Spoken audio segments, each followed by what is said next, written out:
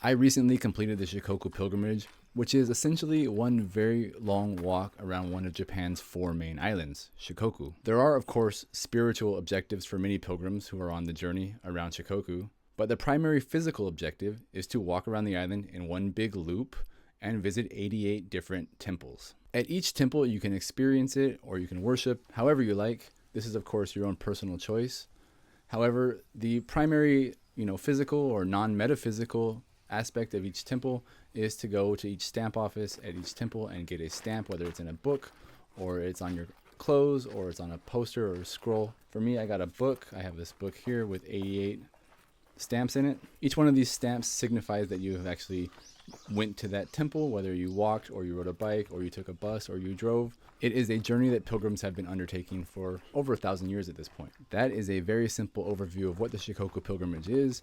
I'm assuming since you're watching this video, you either are interested in doing it or you've already done it, so you already know all that. So in this video today, I'm going to tell you basically my data, my analytics for my journey. 1, how far I actually walked. 2, how long it took. 3, how much elevation change I experienced. And 4, how much it cost. Of course, there will be some caveats as well, but we'll get into that as we go. In a future video, I will also be sharing my experience, what I learned, my thoughts, some pro tips, I guess, now that I've done it for any future pilgrims. So again, make sure you subscribe and don't miss that video. So let's start today with how far I actually walked. If you do look up online how far the Shikoku Pilgrimage is, you're going to see a lot of different numbers. They're not going to vary too dramatically. They're usually around 1,200 to 1,250 kilometers. I did see a site that mentioned the shortest possible distance of walking the entire thing is 1,140 kilometers. And I've also seen sites that people say they've walked over 1,400 kilometers doing this pilgrimage. So how far did I walk? First, let me share my methodology with you. And you got to know that I'm not a scientist and I'm bad at math. That being said, let's look at how I did this. I carried or wore an Apple Watch, and I also carried an iPhone. My actual scientific methodology was this. So every day in the morning when I started walking, I would turn on the active workout. I would choose either walking, outdoor walk, or hiking. Typically, if it was going to be like a mountain day, I would choose hiking. But I think they're essentially the same thing. They probably just track how many calories you burn slightly differently. They each count your distance and your steps and your elevation gain. Anytime I wanted to stop for snacks, or go off the main path for whatever reason, go shopping at a grocery store, go eat at a restaurant. Anytime I stopped, I would pause my workout. Additionally, anytime I reached a temple, the main gate of the temple, I would pause the workout. Some temples on the journey are very, very small. Other times, there might be a really, really big temple ground, lots of stairs you need to take, or you can choose to take to explore a temple, different kind of like forest paths. Those are typically the mountain temples. Just to make it uniform, every time I would get to a temple gate, I would pause my workout. I wanted to be as consistent as possible. And although I did want to be consistent and I wanted to track every workout, sometimes, of course, I'm not perfect. I'm human. I might forget to pause a workout, or I might forget to start a workout.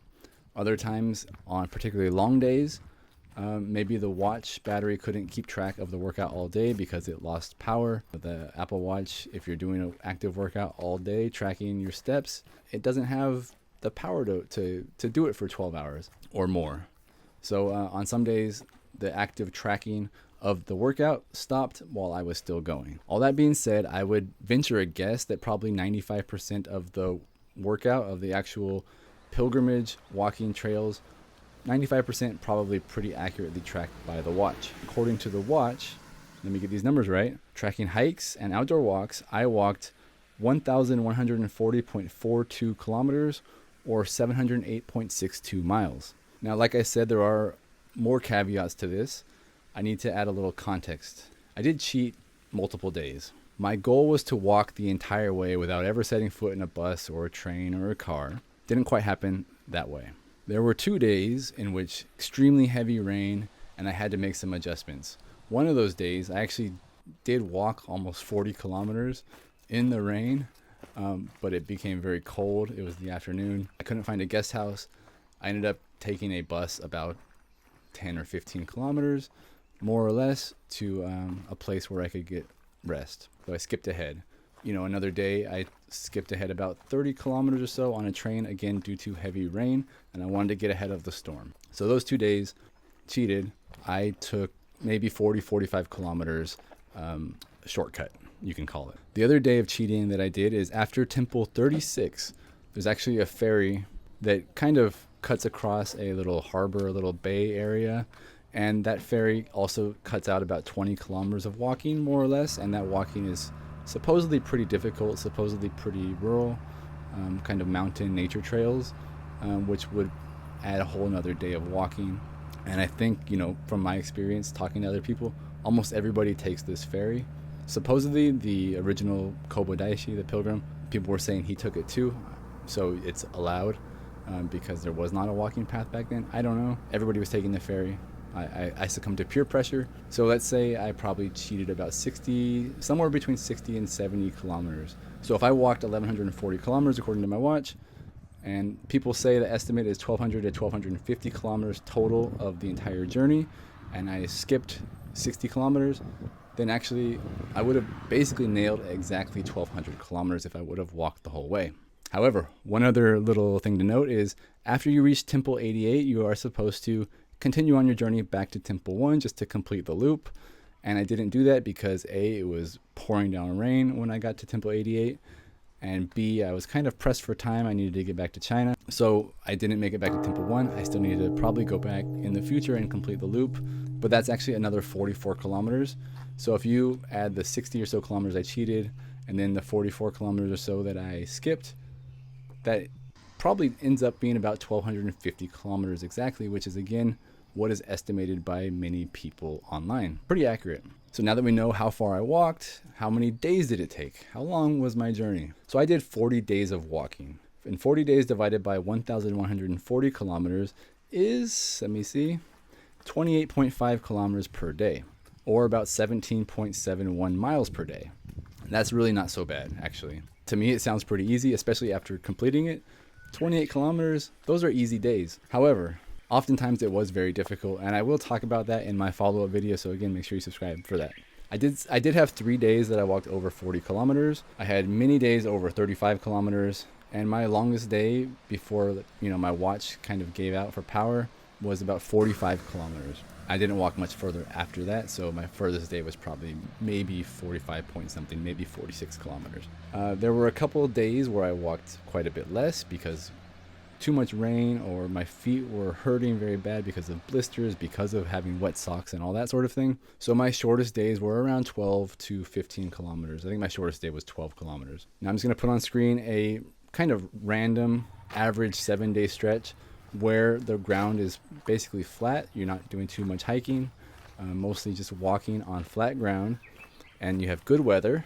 And here's the mileage on those 7 days. I did 40.82 kilometers, 27.31, 36.69, 40.67, 23.18, 31.74, and 24.2. Over those 7 days, that's 224.61 kilometers, or an average of 32.08 kilometers per day. So if the weather cooperates when you're on your journey in Shikoku, you can keep up this kind of pace, or even go faster, really. It's not super difficult. And if you do this pace, of course, the journey will last well under 40 days, probably 36, 37 days. However, this pace can be a challenge because, of course, there's going to have inclement weather, and there's also going to be days where you do have to climb significant amounts of elevation. There are a handful of mountains that you're going to climb over, and you have to climb over them because there's temples up there. So you gotta hit them if you want to do the entire journey. So right now on the screen is a elevation profile of the entire 88 Temple Shikoku Pilgrimage. I linked this image in the description so you can check it out if you'd like to see. I did read online that there was over 10,000 meters of elevation change across the entire Shikoku Pilgrimage. Now, of course, my watch and my phone did help me track it. And according to my watch and my phone, I climbed over 13,522 meters, or over 44,363 feet. Now this is about 5,000 meters higher than Mount Everest, or about 15,000 feet higher than Mount Everest. That is, of course, quite a bit of climbing to be able to climb over the highest mountain on the planet. However, spread out over 40 days is not so bad. Most days are very, very flat. I had 4 days, according to my data, of over 1,000 meters of elevation change. So I have one more bit of data from my electronics to share before we get into the costs. My phone, it tracks my steps every single day. And my phone never ran out of battery. I always had it charged. So it lasted the entire day, everything I did every single day, unlike my watch. So this means that even though I might have paused my workout when I got to, the main gate of the temple, or after the end of the day walking and going to the hotel, walking around the hotel or the guest house, or even walking around a town or a village looking for dinner, all of those steps were tracked. According to my phone, over the course of 40 days, I took 1,602,636 steps in Shikoku. Of course, I can look on Google and estimate how much total mileage I walked just based on my steps. They have calculators for that. And since I didn't actively track every single thing I did the entire time with my watch, the total mileage from steps should be higher than my mileage from workouts, right? Makes sense? So according to these steps and based on Google estimates, I should have walked 1,232 kilometers during my entire time in Shikoku. So that's about 90 kilometers more than my active tracking. I'm going to assume this is reasonably accurate. However, I think slightly overestimated. I'll tell you why. First, even at some of the biggest temple grounds, I doubt I covered more than 1 kilometer, probably more like 700 meters at the biggest ones. Most of them maybe only 100 meters walking within the temple grounds and then to the stamp office, maybe 200 meters.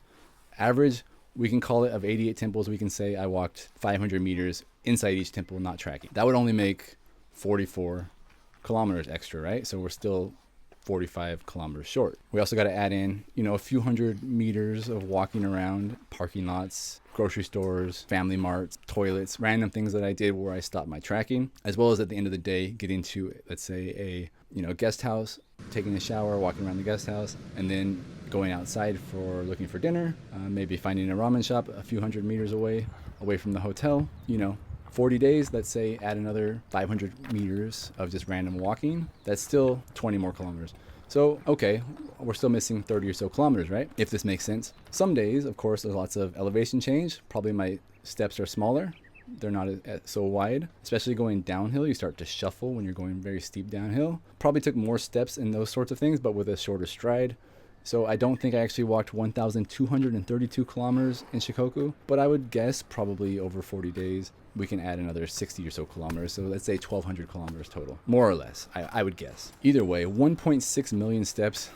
Hey, that's a lot of steps. They say we should take 10,000 a day. I think I'm well above that already for the year. So how much did this all cost me? I can't tell you exactly because I suck at tracking expenses. Plus, I don't think it really matters too much to be exact because everybody's needs are different, whether it's their accommodation needs, their dietary needs, their transportation needs. Everything's different for everybody. But I'll tell you, estimate. Of course, this does not include flights to Japan or your transit to Shikoku because, again, people are coming from different places, different ways to get there. It doesn't really matter too much. I've seen estimates online that it should cost about 400,000 yen or about $2,500 for walking pilgrims. I took cash out at the ATM 3 times, each time 50,000 yen, which is essentially my limit with my ATM card, my debit card. Anytime you're at a convenience store, if you're low on money, you can find an ATM. It's very convenient in Japan. So anyway, 3 withdrawals, 50,000 each, is about $950. Any other time I wanted to spend money, aside from this $950, I put it on a credit card. When I finished my journey, when I got back to Osaka, when I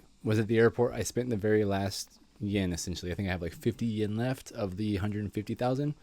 So, I didn't spend all of that cash in Shikoku, but more or less close enough that is, again, not that important. We don't need to be exact. On a typical day walking in Shikoku, I would usually maybe go to a convenience store like FamilyMart or Lawson or 7-Eleven at least once, often twice.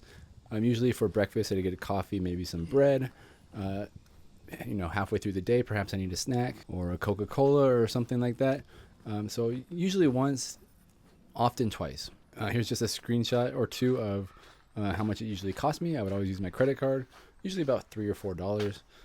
That'll get you a few different things, not like a full meal necessarily, but a drink and some snacks. Now, I'd also spend money at for meals, of course.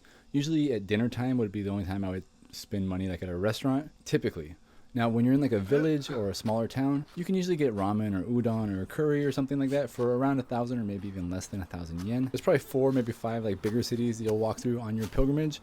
Those places, they have more options for food, and they're probably going to be a little bit more expensive. So for like a dinner in a bigger city, you might be looking at 1,000 or 2,000, somewhere around there. Again, for like basic, real simple food, ramen, that sort of thing. maybe some dumplings, whatever you like. You know, your dietary needs may vary. Now, I don't drink really. I think I had like 2 beers the whole time I was there. But some people, they drink every night. I met some people at different guest houses and hotels that after a long day of walking, they want to have a couple of cold beers. No judgment here, but you're going to be budgeting quite a bit more money if you are a person who drinks alcohol or likes to spend money on other types of things. Your mileage may vary. When it comes to accommodation, guest houses, from my experience, they're usually around 5,000. We can say that's the average. I did spend up to about 7,000 at a few guest houses, and I did spend as little as 3,000 at some guest houses. 3,000 was for a dorm. I did spend 3,500 for a full proper room. That was probably a pretty cheap one for a room. Of course, the guest houses, they don't have like a full bed. They're usually like a tatami mat and like a futon you put on the ground. It's quite comfortable, but not like living in the lap of luxury or anything like that. And usually guest houses as well, they will serve you at least one meal, usually dinner. And you can say no, or you can opt in and out.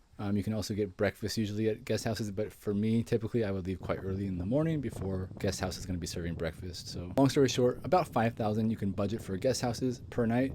When you are in bigger places, you might stay in a hotel, whether it's like a business hotel or some chain hotel. Those ones are quite a bit more expensive, usually about $40 US. I just book it online with my credit card. $40 average accommodation every day is pretty high, but not that high, maybe 35. Anyway, I'll budget 40, so that's $1,600 US for 40 days. 40 times 40, 1,600. I didn't quite spend that much. Again, I also stayed 2 nights outside, so it might be a little less, especially if you're camping. You have the option of guest houses, of hotels, of camping. Whatever your requirements are, that's going to affect your budget. And again, with food and convenience store, I would say on average probably 2,000 for just basic food, snacks, convenience store, and ramen, udon, simple food, gyudon, like beef bowl with rice. All, I would say 2,000 is probably quite high, actually, from my experience. I don't know, maybe not that high, but probably close, probably a little bit high. Anyway, it's budget 2,000 a day. That's 40 days. That's 80,000 yen. So your budget for food, about $500. And your budget for hotels, about $1,600. That's $2,100. You also have some incidental expenses, whether you need to take a bus or a train at some point, like I did a couple times, or the ferry, whether you need to buy Band-Aids or pain relief medication or socks. I got holes in my socks, I had to buy more socks. These sorts of incidental things also can start to add up a little bit. Not too much, not too expensive. I think my socks, I got like a 4 pairs of socks or 3 pairs of socks, something like that, for like 500 yen. Not quite, not really any money at all, but it does add up over time, right? So I would say you can budget maybe $100 to $200 for incidental things, or maybe splurge on a big meal, just add that in there. So when it comes down to it, we're looking at what I spent, not including transport, of course, about $2,300 US, maybe, more or less, which is again quite close to the 400,000 estimate that you see online. Of course, if you walk slower, your accommodation is going to cost more. If you walk 45 days and you average 5,000 per day, that's 25,000 more than I paid. Walk faster, it's cheaper. Obviously, it's not rocket science here. If you want to estimate based on your speed and your own needs. But I think 400,000 yen is quite respectable amount of money you can spend. And so those are my numbers: my distance traveled, my total steps, my elevation, and the total amount of money I spent. What I found to be probably the most enlightening about looking through all this when I was done was how accurate so many of the estimates online actually were. And so I guess when you have over 1,000 years of pilgrims doing this, you have a very well-trodden path. You have the power of the internet and of collective wisdom. Maybe I didn't even need to do this video because everything people said is very, very accurate. However, I guess adding more data to the pile can't hurt. So if you want to learn actual experiences, challenges I faced, my lessons I learned, make sure you subscribe and follow my channel, because I'm going to talk more about the pilgrimage in a video in the very near future. And if you've been on the journey, how do your stats compare? If you kept your stats at all, how much did you spend, or how far did you walk? How long did it take? Let us know in the comments. Thank you for watching. Bye-bye.